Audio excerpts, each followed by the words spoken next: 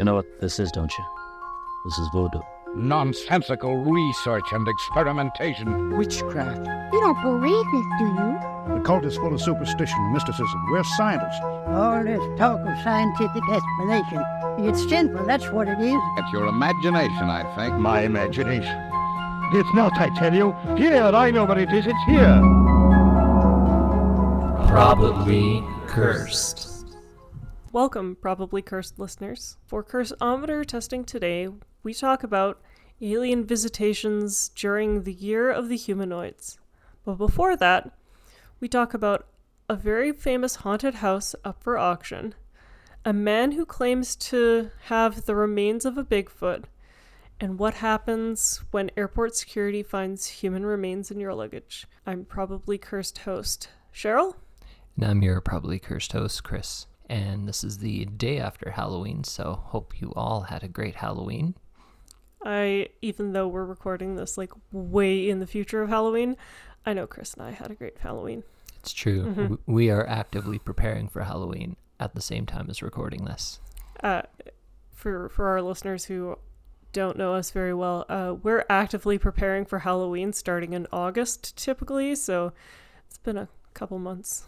There's Christmas people and then there's Halloween people, and we are the latter. Mm-hmm. So as we do with every episode, we calibrate the Lord Carnarvon Curseometer, the fantabulous AI machine that tells us the cursedness of all things.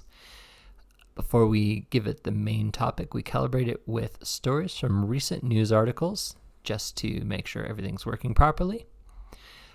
We take 3 news stories. Cheryl will give it the first story now. So this news story is titled CBP Officer at Florida Airport Discovers Human Skull and Bones in Luggage. Passenger claims ritual use. This is from September 19th by Sergio Candido for CBS News Miami. What began as a routine baggage check at the Tampa International Airport ended with U.S. Customs officers unwrapping something far darker, a foil-wrapped bundle of bones, including part of a human skull. It's suspicious that this was wrapped in foil like leftovers from a restaurant. I mean, there's nothing... Yeah, I don't know why you would do that. Maybe it's how you transport bones in your luggage. Mm-hmm. Maybe that's how you keep the soul inside the bones. Oh yeah, give it a metal prison. Mm-hmm. Tinfoil prison. Officers made the shocking discovery when a passenger declaring just 10 cigars was found carrying a bag containing human remains. Agricultural specialists initially flagged the traveler's belonging for prohibited plants, undeclared cigars, and other items.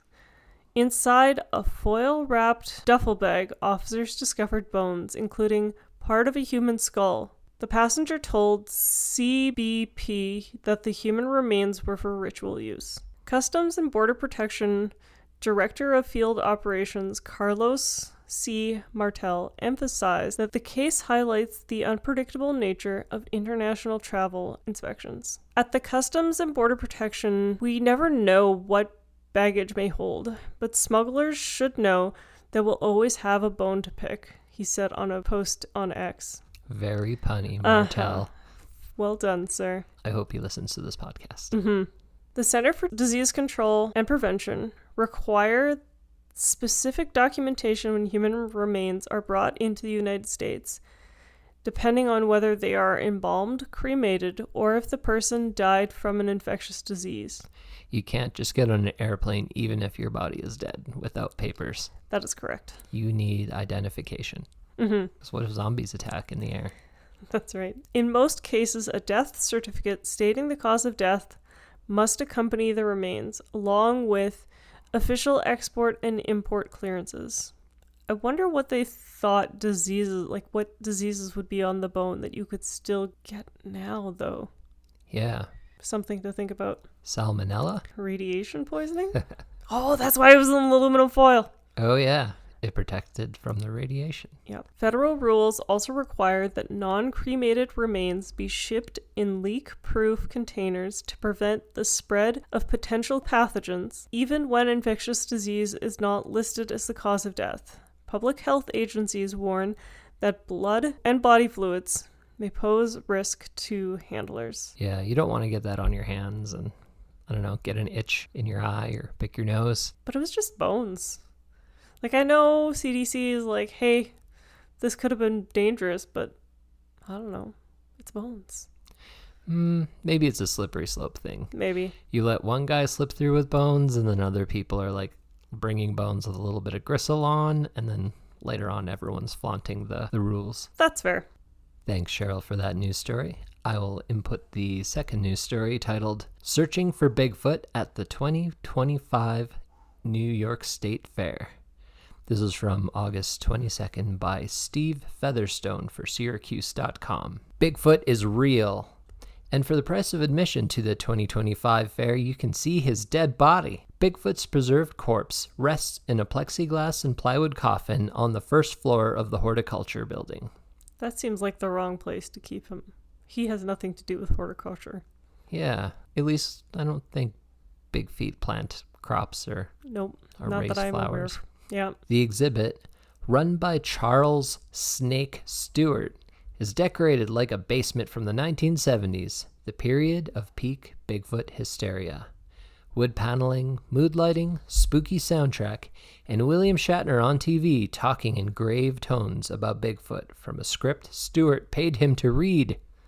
Wow, this man has a lot of money. Either that or Shatner's super desperate. Maybe a little bit of both. Okay. They do go into how he managed this Oh, later on in excellent. the article. William Shatner, one of our good old Canadian actors of extreme ability. He was pretty easy to get, Stewart said about Shatner. I have a friend who's related to him, and plus, he's into the paranormal sci-fi world. For those listeners who could not see me squint, I don't believe it. That Shatner's into the paranormal? The sci-fi world. Oh, yeah. He had some qualms about being a Star Trek cast member for a little while. He wrote Tech World, Okay. and it got turned into a TV show. Okay. I can't remember if he was in it or not, though. Never saw it. It's 90s sci-fi. It's kind of a mixed bag of cool and weird ideas, executed strangely. How did Stewart get the specimen? Last October, Stewart was backcountry camping in the Adirondacks north of Old Forge when he traced a foul stench to Bigfoot's rotting corpse.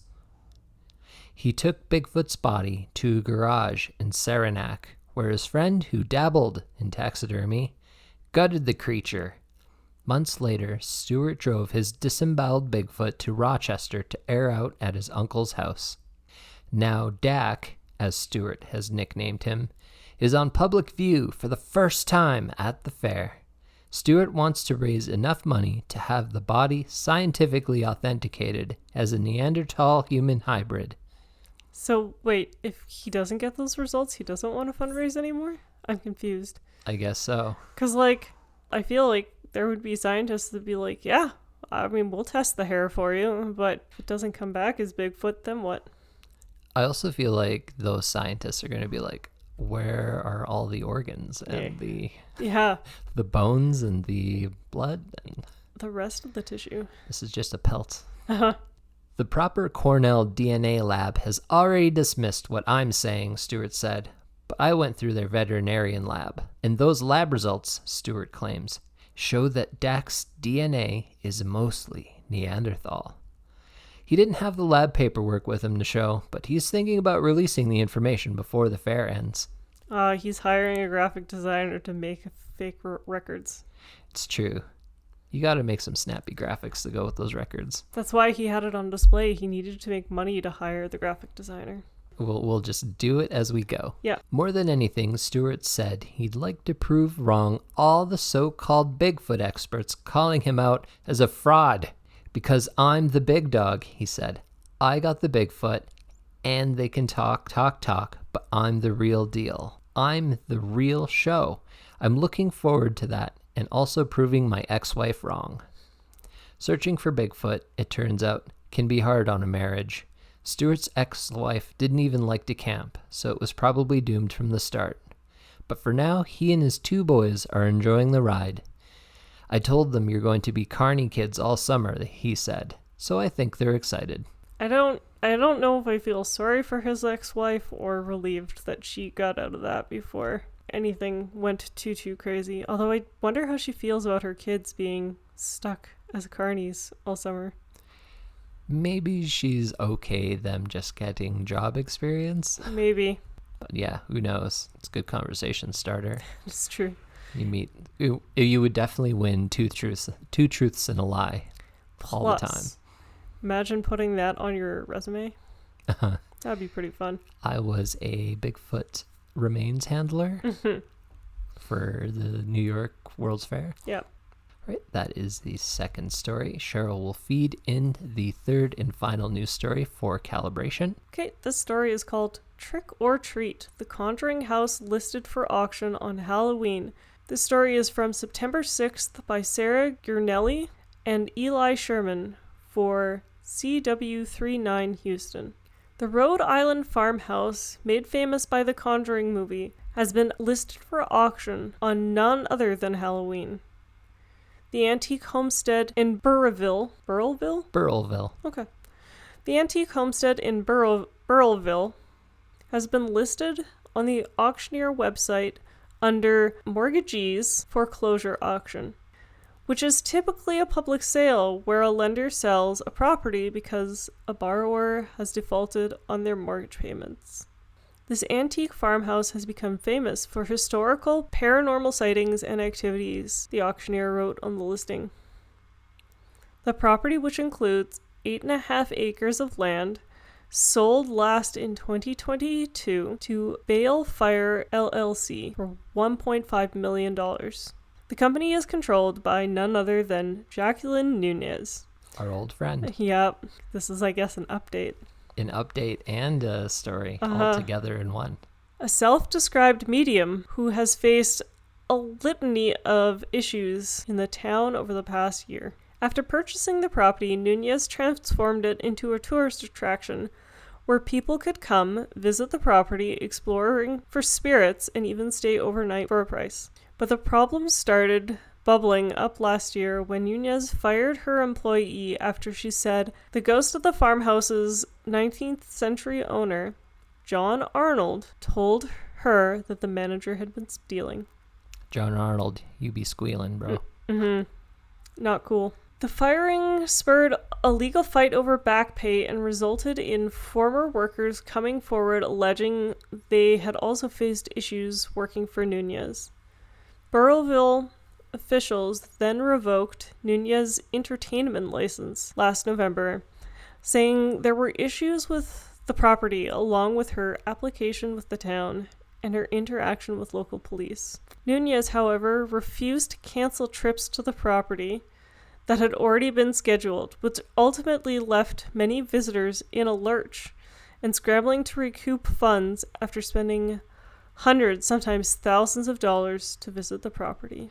Yeah, I've looked it up before, and it's not cheap to rent it for the whole night for paranormal investigations. Yeah. I mean, I guess if you're going to make it a tourist attraction, you may as well try to recoup some of that $1.5 million somehow.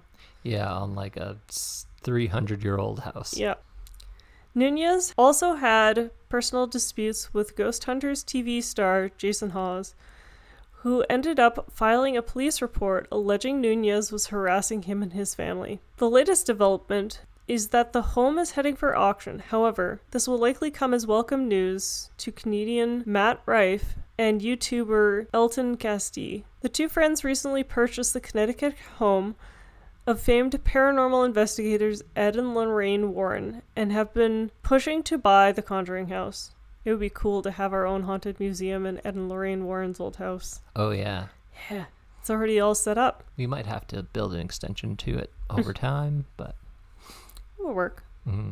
Rife told media last month, as a fan of the paranormal, film, and history of the property and the land it sits on, I'd be honored to help preserve this beauty. I hope he gets it. It sounds like he really wants it, and he's already got one spooky property. You got to add it onto the spooky Monopoly property board. Mm-hmm. Plus, if anyone's going to know how to treat ghosts right, it's going to be somebody who bought an already spooky house. I wonder, like, how much it's going to auction for. like this podcast will release the day after the auction goes off. Mm-hmm.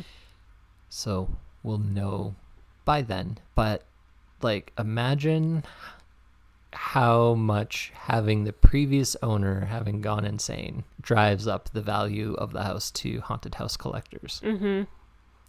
Because that's like good, proper ghost story background. Yeah. I mean, I kind of feel like people will start to wonder if they've gone crazy too, which may not be in your favor, depending. Oh, the comedian and the YouTuber? Yeah. Yeah, hard to say. Mm-hmm.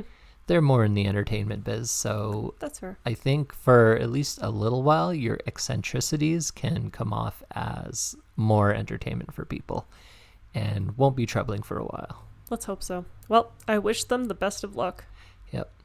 For those of you who are listening right now who are part of the auction, I hope it was an exciting time. Mm-hmm. I hope the room was just full of characters.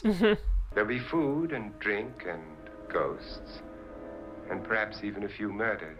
All right, we have the cursometer nice and calibrated now. I will get it to spit out the results for the 3 news stories. Activating cursometer. Please stand by. The results for the first news story about the Customs and Border Protection finding a duffel bag full of aluminum foil wrapped human remains. The cursometer says, Definitely cursed. what did he say? Like right up top, he said it was for Rituals. ritual use. Yeah. And ask yourself, if your rituals involve the use of human remains, They're probably not good rituals. in Florida no less. Yes. If Florida man has a duffel bag full of human bones for quote-unquote ritual use, how good is this going to be for anyone? Mm-hmm. And I have so many questions that I feel like that article did not answer. Like, where did those remains come from? Who are they? What did the Border Patrol people do with the items? Yeah. Where do they put all the stuff that they confiscate? I mean, at least at our airport, if it wasn't too illegal, they would auction it off. But I feel like human remains are probably not going to be auctioned off. Florida airport auctions off human remains. Mm-hmm. I guess we'll get an update in a few months and let you guys know. Will the CDC have to inspect them first just to make sure they're not crawling with some sort of bizarre pathogen? No idea. We'll find out if a new bone virus pandemic has taken over America. Mm-hmm. The cursometer results for the second news story about the corpse of Bigfoot being shown off at the New York World's Fair. The cursometer says probably benign. Yeah. I mean, he didn't kill Bigfoot, which is a good start. He Yep. just found the body. I don't know what Bigfoot burial rituals are, so he might be running afoul of that, but he'll have to face Bigfoot court in order to get his comeuppance. As long as he didn't get the corpse in British Columbia, because it's illegal to hunt Bigfoot in British Columbia. I guess this was New York State. Maybe they got different laws Okay, over there. yeah. Opposite side of the country and in a different country. Yep. Now, as a biologist yourself, if you were presented with Bigfoot remains, but they were taxidermied, how good is that as a biological specimen for you to examine to tell its authenticity and origin? So it still can be done. Like, watching a lot of those Bigfoot shows, you will find that it's easy enough for them to collect information from just the skin and the hair samples. So it should be fine. I mean, as a scientist, I'm sure they would be disappointed to not have access to the rest to see if it is actually a new species, does it have the same organs, etc., etc. Yeah. So that would probably be a little disappointing, but I wonder what he did with the organs. Did you just throw them in the compost bin? yeah, good question. They're frozen in his freezer. That's why his ex-wife left him. Oh, yeah. Who knows? It's like, I can't take this anymore. There's no room for the groceries. Right.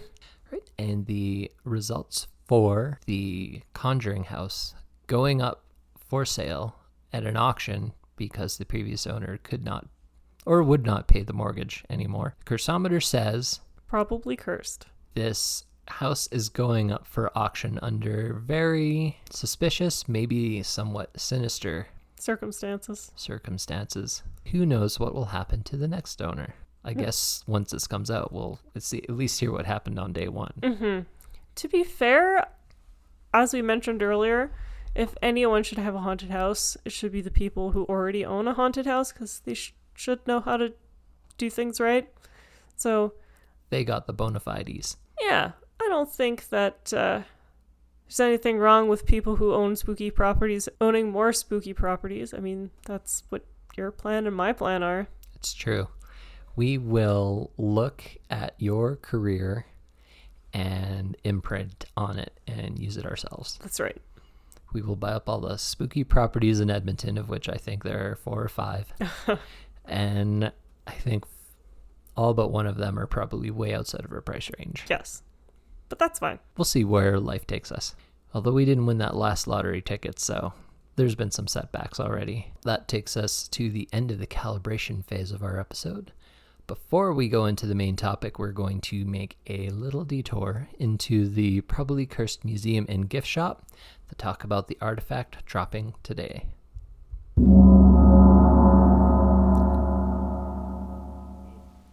So today, for our listeners, and to add to the Probably Cursed Etsy shop, we have artifact number 24, the Sad Clown on a Bicycle.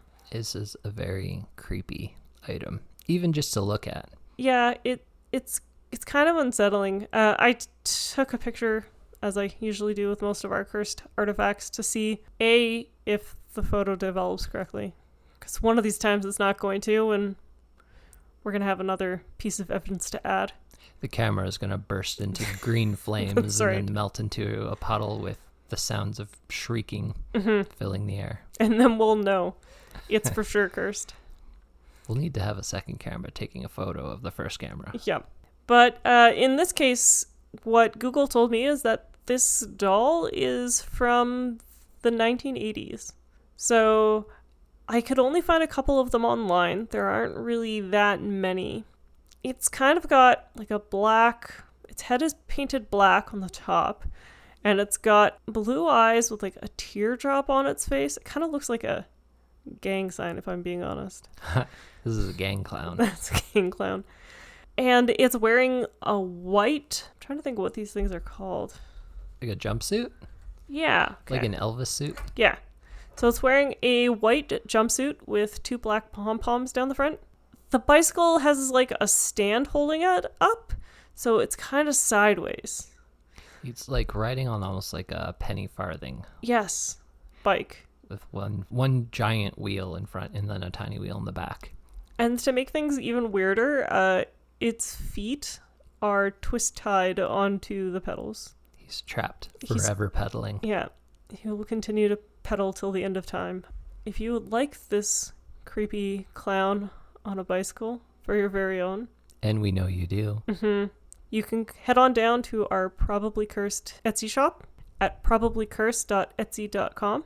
There you'll see this artifact along with other artifacts that are still up for sale, unless someone has gone through and bought them all before November 1st when this episode drops. Please buy them all. Yes. We're running out of room. All the creepy objects are just piling up into creepy drifts. Plus, Chris and I would like to quit our day jobs at some point and start up our museum, so... Running a creepy museum is a full-time job of its own. Plus, our nieces are getting slightly uncomfortable coming over to our house and seeing the creepy dolls in our basement. That part I'm okay with. I just like how last time they were over, the one said that they'll have nightmares for weeks after looking at the doll, so... That's right. Yeah. I should give her a call and be like, tell me about your nightmares. You promised for weeks. We should just give it to her for her birthday. Oh, yeah. Oh, man. Would she just run away screaming right there? Yeah. She'd probably just look at you and be like, but why? And then I will tell her, it's your problem now. And then I run away from the room. It chose you. It's bound to you now. Our poor nieces. Our poor nieces will be rich with experience. For our haunted house update that we usually do. Spooky music time. Okay. Last week, Freddy was sleeping at the bottom of the stairs like he normally does. And he kind of sat up and looked into the kitchen. And all of a sudden, his ears and his tail went down and he sulked away to the other side of the room. So I have no idea what he saw. But it was like a very weird reaction. Yeah, he was just, I don't know. He felt like he had to leave the area. Like, it was no good. And he came to, like, sit down, and I looked at him and I was like, hey, you okay, buddy? And he just looked super sad and scared. So I don't know what happened. He saw something we could not. I wonder what a ghost could do that would make him that sad. I mean, we have brought up in previous episodes that we're pretty sure one of the ghosts keep poking him, because when he's lying on the floor, he'll like jump up and run away with his tail down and his ears down. So, oh, perhaps maybe it was just making a poking action at him. Yes. And then he's like, I got the message. And he leaves. Yeah, he moved. Who knows? But our poor dog is getting the brunt of it. So. Yep. We would let the dog tell the story if he could. But he's also been super clingy in the morning since then, so that is our spooky update for today's episode. Now we head over onto the main topic. Ever since childhood, we've been taught to be wary of strangers. In our own cozy communities, we regularly encounter outsiders, and we always seem to know when someone isn't from around here.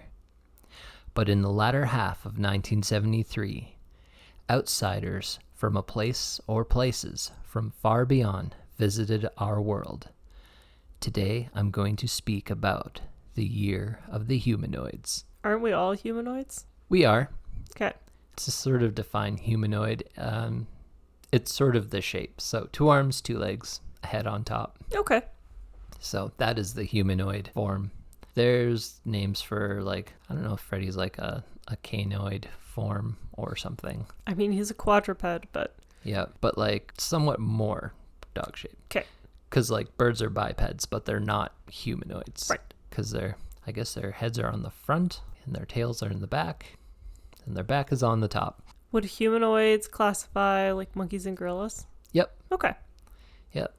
Or humanoid shaped robots. Okay. Bears when they're standing up, humanoid. Gotcha. Yeah. My source for today's episode is a 1976 report by David Webb for the Center of UFO Studies, in which is a compiled list of first-hand reports of alien sightings. His reason for the report is his belief that 1973 was the largest wave of extraterrestrial sightings in history. Some sources contend it still is the largest wave. His report does go into his analysis of the types of aliens witnessed, their technology, and other UFO waves that had happened historically, but I'm mainly going to recount the sightings in the report from this year, the 1973. Okay. But first, Cheryl, you've heard of Close Encounters before, right? I mean, Close Encounters of the Third Kind is a fantastic movie. Yep. So there are actually 5 levels of close encounters. I can go through them here. I don't know if you want to guess what they are if I read off the levels. I think I have some vague idea. I'll guess. Level 1 would be seeing a UFO. That's correct. Level 2 would be being brought up into the spacecraft. You're jumping ahead a few levels. Okay. Close encounter of the second kind is when a UFO is seen and it leaves behind physical evidence. Okay. So like scorch marks, tracks, impressions on the ground. Just because the movie Close Encounter of the Third Kind, I'm going to say abduction. Again? Jumping ahead, really? Jumping ahead. Huh. The third kind, a UFO, and its occupants are just observed.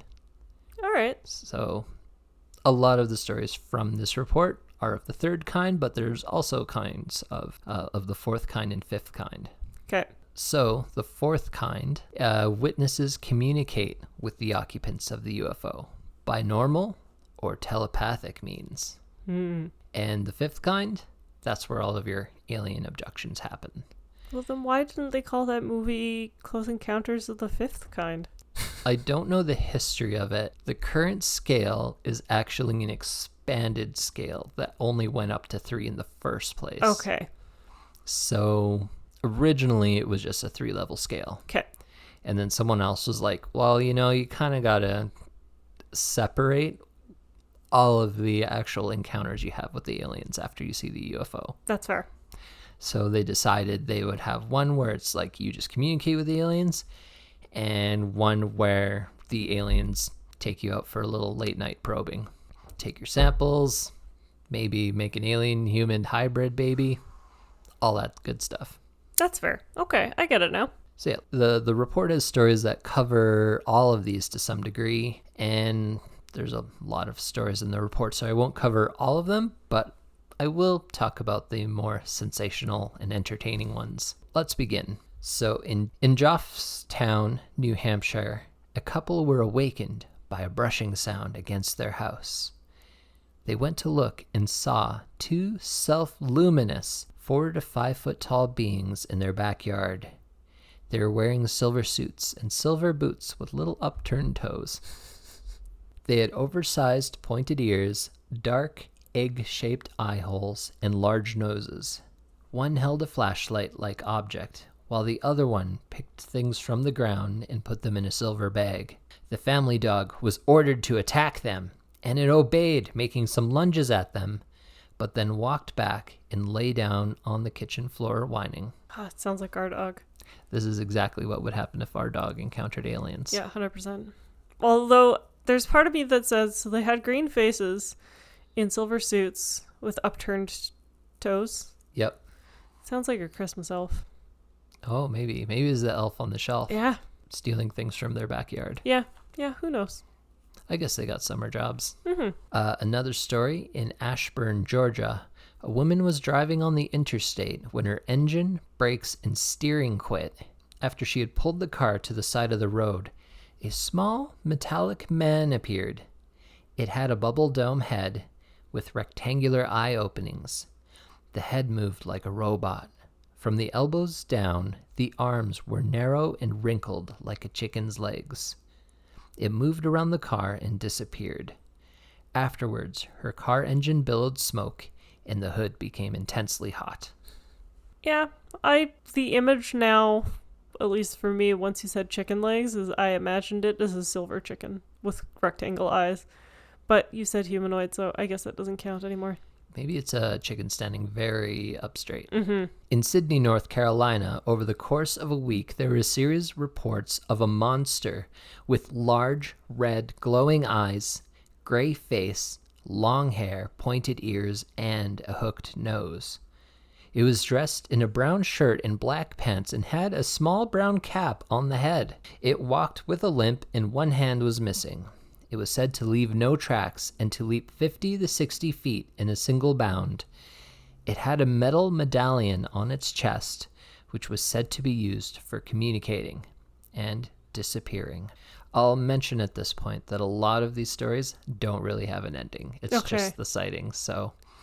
I mean, again, for documenting my reaction, the description there sounds to me like Tolkien elves from Lord of the Rings. Silvery skin, not so much. The gray skin, not so much. But the rest of it. And the medallion and the missing hand? Yeah. I mean, there's nothing saying that elves couldn't lose their hand. That's true. They did make sharp blades. I bet it happened more often than Tolkien let on. I mean, there was a war in Middle-earth. I've not read the books, but I've seen the movie. I know there was a war there at one point. Who's to say somebody didn't lose their hand? Maybe we need to zoom in on the next time we watch it just to see everybody's hands. Yep. We'll do a count. And if we come to an odd number, we know someone's missing. Yep. So, as weird as those encounters were, some are stranger. And some people had up-close and uncomfortable encounters with the aliens. In Utah, a woman was abducted and given a medical examination on board a craft inside a big, bright room with lots of lights and buttons and glass tubes containing liquid. She observed 4 or 5 humanoids on the craft and at least 2 human beings. The humanoids did not communicate with her and were coldly efficient. They were 4 to 5 feet tall, had no noses, long fish-like mouths, orange hands, or they might have been wearing gloves, with 2 or 3 big claws or fingers that opened like a clasp. They had large oval eyes that wrapped around the side of the head with big black pupils that moved a lot. This is what happens when you eat too much lobster right before bed. Perhaps. This one does sound most close to like the common gray aliens you hear today, except for the claw hands. Yep. And the orange. Maybe this was the lobster variety. Mm-hmm. The Zoidberg variety. That's right. Of the humans she saw, one was bald and about 55 years old, and he talked with her and helped her during the exam. She was hooked up to a machine, probed with needles, given a blood pressure test, and a gynecological exam.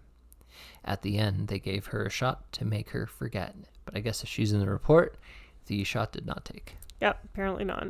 Another similar experimentation case from Omro, Wisconsin. A man was awakened by a high-pitched noise after midnight. Suddenly, his room was lit up with a bright orange-red glow, and 3 shortish humanoids materialized in front of him. They had bald heads, grayish-white wrinkled skin, and rounded ears, and moved around mechanically. The man passed out, then came to on the floor, propped against the wall, unable to move. The entities were examining him with an oval object that showed the bones of his legs when it passed over them. He had a severe headache and passed out again as a being reached toward him. He next awakened in the early morning on the floor alone. The lights were on in the bedroom, and the bedsheets were folded neatly back. They made his bed? This is what it sounds like. Oh, interesting. They were probably like, I feel bad what we did for this guy. I'm just going to make his bed, and I'll make up for everything. Mm-hmm. But not everyone was a victim of the humanoids. Some people did go on the offensive. In Danielsville, Georgia, a silver oval-shaped object landed on the highway, forcing a man to suddenly hit on his brakes. Once at a full stop, he observed appearing under the craft 2 small, 4-foot-tall beings with reddish faces, white hair, clad in silver suits. And because this story happened in America, the man grabbed his gun, stepped halfway out of his car, and fired several shots. The beings turned around, re-entered the craft, and took off with a whooshing sound. Let's be honest, the same thing would happen in Alberta. That's true. Yeah, it's not unique to the U.S. As a matter of fact, in Edmonton, people are very, very aggressive drivers, and I can see the guy just wanting to shoot at someone for cutting him off. But Edmonton has more of a stabbing reputation. Yes, that's true. As opposed to shooting each other. Yes, that is very true. But you're right. I think if aliens were to visit Canada and one of them got shot, is probably a good chance it'll be in Alberta. Yeah. Other humanoids received a similar welcome in Uniontown, Pennsylvania. A young farmer and 2 youths were approaching a bright white, huge domed object sitting in a field making a lawnmower-like sound. They soon saw 2 creatures in the distance moving along a fence, described as being 7 and 8 feet tall, with long dark gray hair and greenish yellow eyes. Their arms hung almost to the ground, and both seemed to communicate with whining sounds. Once again, because America, rifle shots were fired at the larger one. In response, it moved its right hand up, and the big UFO disappeared along with the noise. The creatures then slowly made their way into the woods and were not seen again. I wonder how easy it is to hide in the woods in that part of the States. It's a good question. Yeah. Bigfoot's doing it. Fair. Wisconsin? No, wait, this was Georgia. Georgia. No, wait, Pennsylvania.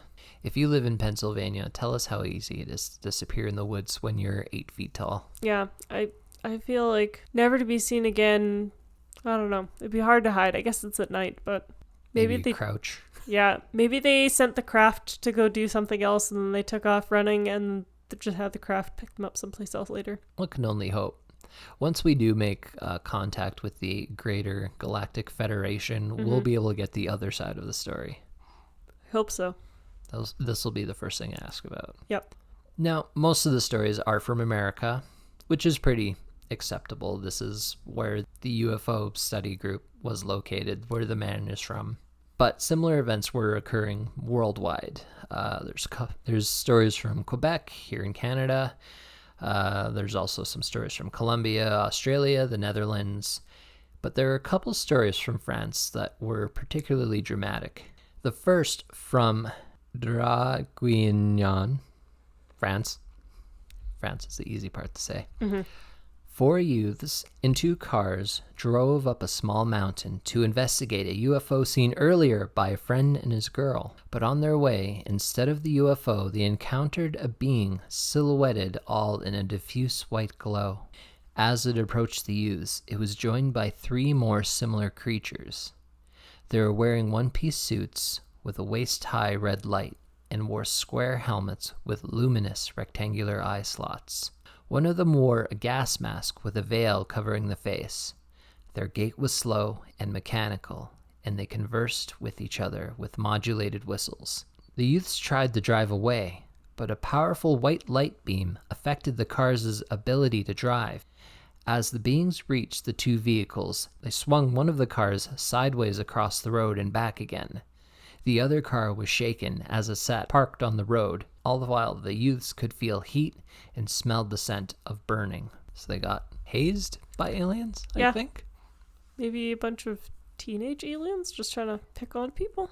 Yep, picking on the humans. In Puy-Verde, Cheryl is the French linguist. Don't worry, Chris. People don't expect you to say French things correctly. You said Quebec, not Quebec. Oh, I didn't I? And I know better for that one. Well, it's okay. That's... You can fix it later. That's true. I can just record it. In Puy-Verde, France, a motorcyclist en route to work suddenly encountered a dazzling bright light on the road ahead. As he got close, his engine cut out, but now he was close enough to see a luminous ovoid object with smoke underneath hovering just above the ground. A being suddenly appeared and walked up to the motorcyclist, putting its left hand on his shoulder and offered reassuring words. Interesting. What kind of reassuring words? It didn't say it, but it's like, they're there. I'm impressed they can speak French. What was the French equivalent of they're there? Calmez-vous, calm down. Okay. That's the closest thing I can think of. I don't know if there's sadly my French is a little lacking these days. You've never had to calm a motorcyclist down. Have not. The being was 2 meters tall, so just a little bit taller than me, and thin, wearing a uniform like aluminum. A large helmet rested on his shoulders with a snorkel-like tube on the right side. His face was like a human face, covered with a nylon stocking, with slitted eyes. He carried something like a pistol in his right hand, pointed at the ground. The being asked the motorcyclist where he was going, and he replied, to my job. After that, the being then said he must return to the object and told the motorcyclist not to inspect it too closely.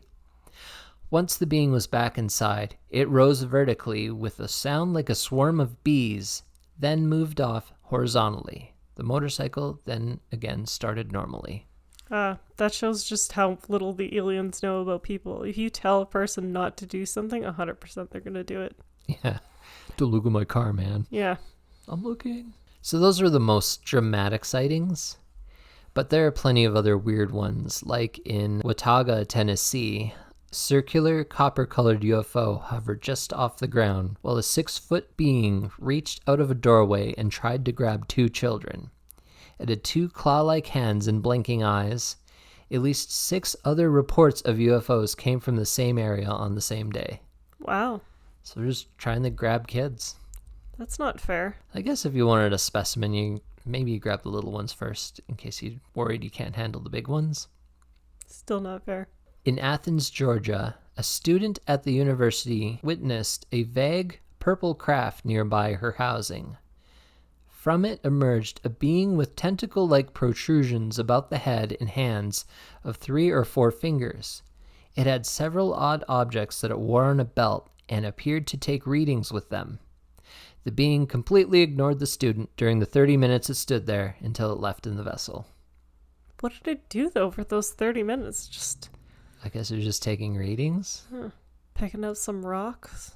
Maybe it was a alien botanist and not an alien zoologist, and just couldn't care less about the animals. Mm-hmm. Oh, that's fair. So what are we to make of this wave of alien visitations? It's easy to dismiss as imagination or things seen on TV. However, the main preoccupation of people at this time, at least in Americans' minds, was the Watergate scandal and the impeachment of Richard Nixon. And the popular science fiction of this time mainly dealt with the dangers of human invention and the post-apocalypse. The big movies of the time were Westworld, Planet of the Apes, and Soylent Green. So not really alien movies. Mm-hmm. So if we can take the story seriously, what does the massive wave of sightings mean? Maybe a number of extraterrestrial civilizations suddenly became aware of Earth life and hopped into their spacecraft to take a look.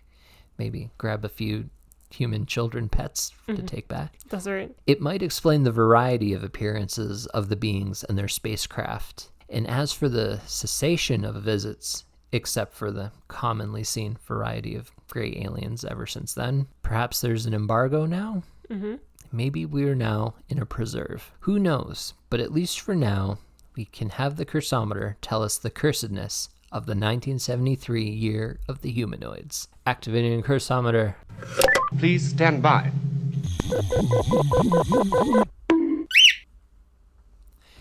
And the cursometer says the year of the humanoids is probably cursed. It sounds like there are way too many alien abductions for it to be a coincidence. There's definitely something that was going on. Yep. Not only that, there was like property damage, like that one lady's car like started smoking and got hot. Those teens in France got hazed. Can you imagine going to your insurance company and being like, look, aliens damaged my car? Could you imagine being late to work and be like, what happened? And like, this alien stopped and my motorcycle wouldn't work. And then he said reassuring words, and then I was late. Also plausible. I think my manager would just send me home and tell me to take the rest of the day off. That's fair. Yeah. I hope that's what happened to this man in this case. I hope so too. Or he just called in sick on his own. Definitely it caused a lot of mayhem in certain areas, particularly in areas that had sightings go on for like a week. Mm-hmm. I didn't include it, but there was like one small town where like basically the same, it was almost like a boxy robot type thing kept appearing at like the side of the road scaring people. Oh, interesting. The police chief was going after it, and there was like a big hunt for it, and it was seen like a few other places, but they never caught it. It probably went back home after it Finished what it was doing. And Yep. it was a great story, Chris. Thank you for sharing it. Thank you. I thought something a little bit lighter since the last cult leader episode that I had done.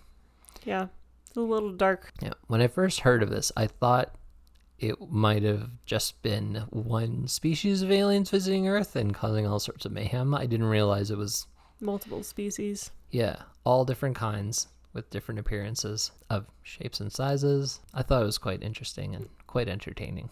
Yeah, no, it was a great story. I definitely enjoyed the various aspects and how it seemed to travel around the world. I imagine there were more stories from other places as well that just didn't get included. There was. And a lot of them were like, some people woke up in the middle of the night, looked out their window, saw a craft sitting in the field or in their backyard with beings moving back and forth, and that was the end of the story. You can read the Year of the Humanoids report yourself. The PDF's pretty much easy to find for free online. It's nice. Been around for a long, long time, so it's been shared. I think I got it off of archive.org. So if you're more interested in the other reports, definitely take a look. Perfect. That brings us to the end of today's episode. Join us again on December 1st when Cheryl tells us her next episode topic. In the meantime, you can check us out on our social media, which is Instagram, Blue Sky, Facebook, TikTok. Yep, Tumblr. Thank you. Also YouTube. Yep. As I mentioned before, you can head on over to our Etsy shop to look at cursed items, including the sad gang clown on a bicycle. Sad gang clown. Yeah. That's a mouthful. Yep. If you have creepy, cursed, haunted items of your own that you need to get rid of, and you need a willing recipient to give it away to, we'd be happy to take it off of your hands. You can email us at probablycursedpodcast@gmail.com. If you also want a good assortment of all of our links, you can also head to our website at probablycursed.net. We have links to all of the artifacts on there as well, all of our show notes, also transcripts of the show if you just like to follow along in text form. Mm-hmm. But that brings us to the end of today's episode. Until next month, stay spooky. Stay spooky, everyone.